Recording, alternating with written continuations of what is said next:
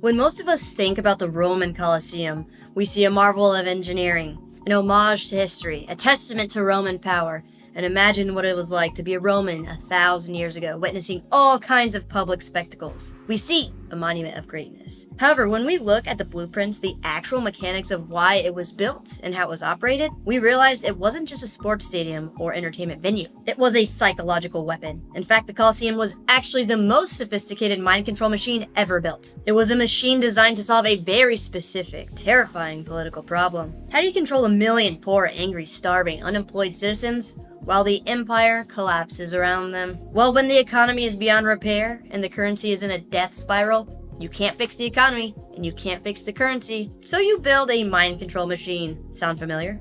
Yeah, that machine never stopped and it has fully evolved. In 2026, we are living in the digital Colosseum. The gladiators are the politicians and influencers fighting and screaming on our feeds. The free grain are the defunct welfare programs and stimulus checks they keep promising are coming. And the emperor is the private central bank, watching from the luxury box, printing money, debasing the currency to keep the show running, all while the foundation rots. Hello, I'm Crypto Casey, and in this video we are going to expose the blueprint of the ancient technology of mass distraction, explore the invisible mechanism underground that controlled Roman citizens, how we are all victims of the same distraction machine, and the one thing we can do that Romans weren't allowed to: walk out of the arena.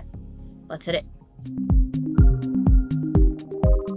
Look, the traditional financial system is failing and the banks are trying to trap us in their sinking ship. There are 3 simple ways we can abandon ship by setting up our own parallel system outside of theirs right now. 1, we can get a free account with Uphold, the best wealth management platform that totally replaces banks and exchanges. By getting our paychecks direct deposited into Uphold and by using their new debit cards for everyday spending, we can sever our ties with the traditional financial system, all while earning crypto rewards. 2, we can completely own and control our digital assets with Tangent Wallet, the most affordable and easiest crypto wallet to use. That allows us to use our digital assets to buy anything, anywhere Visa is accepted with Tangent Pay. And 3, we can start building passive wealth outside of the fiat system by capitalizing on the up and down price action of the crypto market with GoBabyTrade, an AI-enhanced, robotic, set it, forget it crypto trader. Using the links below with Uphold, when we trade $100, we get $20 free.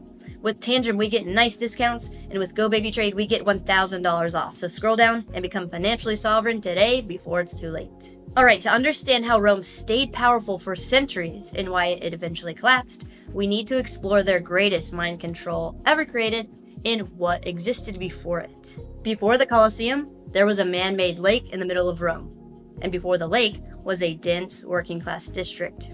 However, after the Great Fire of 64 CE, that area was claimed by Emperor Nero, where he built Domus Aurea, the Golden House, his own private oasis, which, as we can all imagine, didn't go over well with the Roman citizens, and a rebellion broke out across the empire, and Nero was declared a public enemy by the Senate, forcing him to flee the city. Although Nero was gone, the lake was still there, a glaring symbol of Rome's tyranny. So the new emperor, Vespasian, drained the lake and replaced it with something that would belong to all Romans: a public arena for 50,000 people, the Colosseum. During its 10 years of construction, a message was being sent. Check it out, the whole operation was funded by the spoils from the Judean War, and it was built by the prisoners.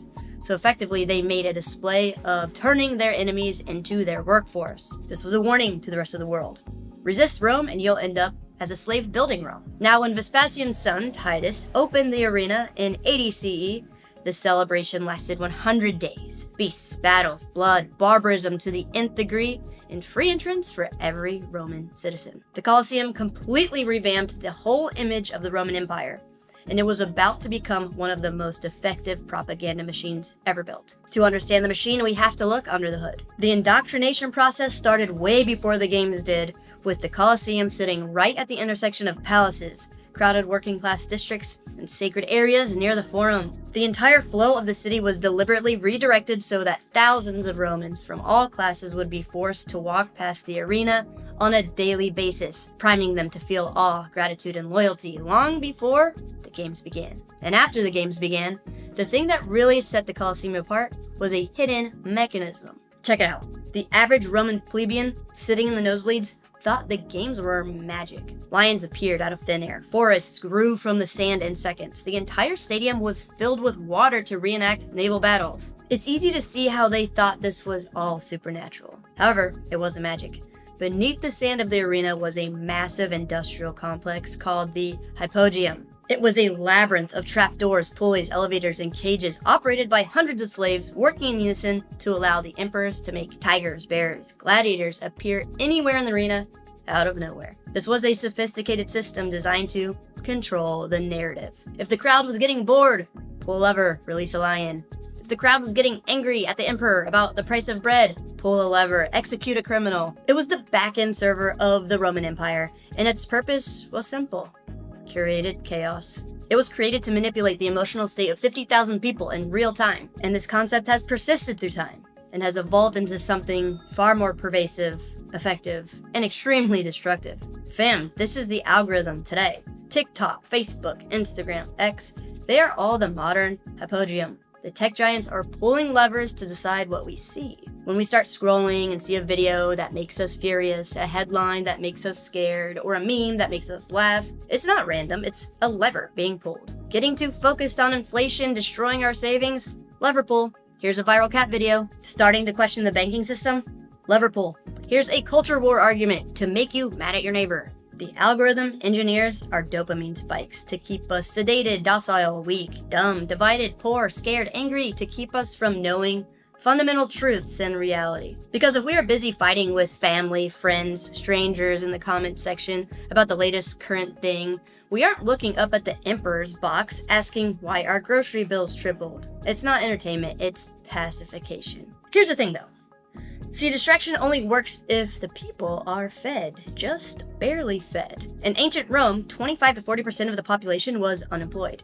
They had no jobs and lived in cramped, dangerous, fire-prone apartments. They were the financial homeless, a class that is quickly re-emerging again today globally right before our eyes. So the Roman emperors create the Annona, the grain dole, free wheat distributed to 200,000 citizens every month. And a poet named Juvenal famously called this system panem et circenses, bread and circuses. The state's plan was simple: give them free food, bread, to keep them alive, and give them violence, circuses, to keep them distracted. In exchange, citizens lost their sovereignty. Fast forward to 2026.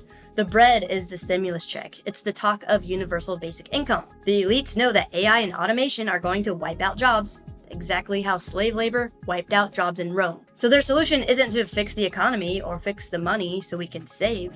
Their solution is to put us on a digital dole, send us a CBDC or central bank digital currency stimulus check that expires every 30 days, and put a VR headset on our face in hopes that we won't notice we don't own anything, we are completely reliant on them, we are enslaved.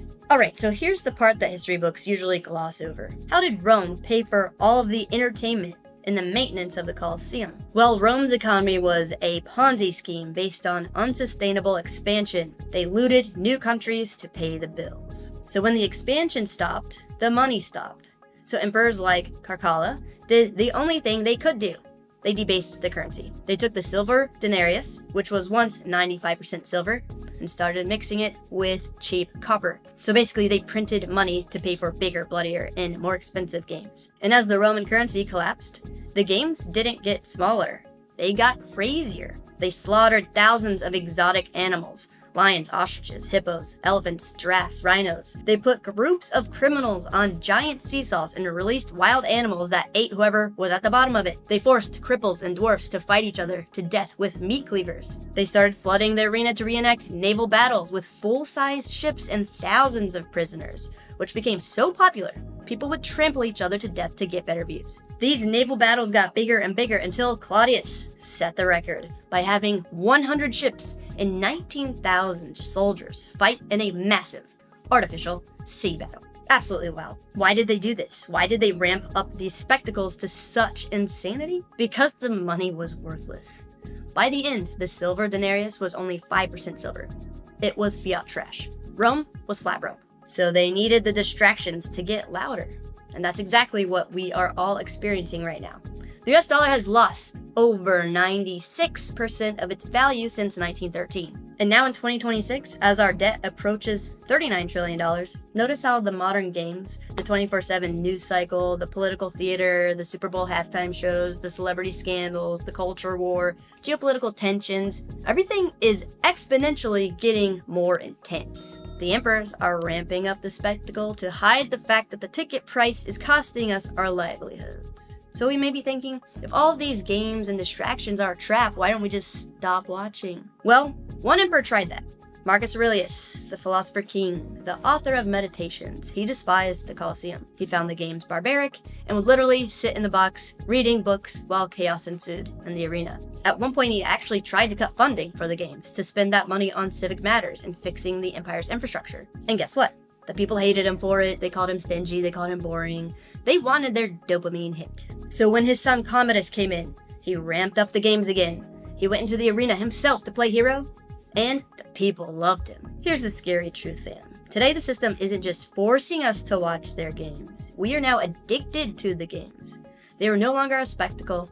The mind control machine is now starting to think for us. Most people prefer the lie. They prefer the rage bait on TikTok, Instagram, Facebook, and X over the boring truth of the balance sheet and how our money is becoming worthless. Most people prefer the stimulus check, the convenience of CBDCs, the reliance on government over being independent, earning our own money, becoming financially sovereign. And it's all by design.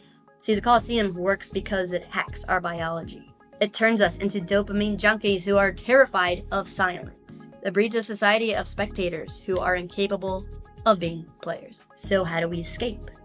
Well, in Rome, you couldn't. The exits were ironically called vomitoriums, which just spit you back into the slums. In Rome, you had two options: spectate or fight to the death in the arena. Luckily for us in 2026, we have a third option. We can leave the stadium. The ultimate 2026 escape hatch is becoming financially sovereign. The Colosseum is built on debasement, fake money. It relies on the hypogeum, hidden levers, and secret algorithms. It demands our attention. The mind control machine is running 24/7, 365. The algorithm wants us angry. The bank wants us indebted. The government wants us dumb, divided, and docile. So don't be a spectator. Don't be a gladiator.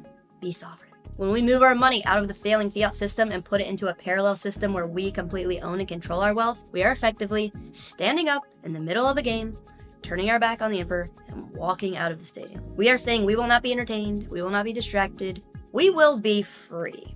Walking out is now easier than ever. We've never been afforded this confluence of opportunities that allow us to substantially remove ourselves from this digital prison until literally the past several months.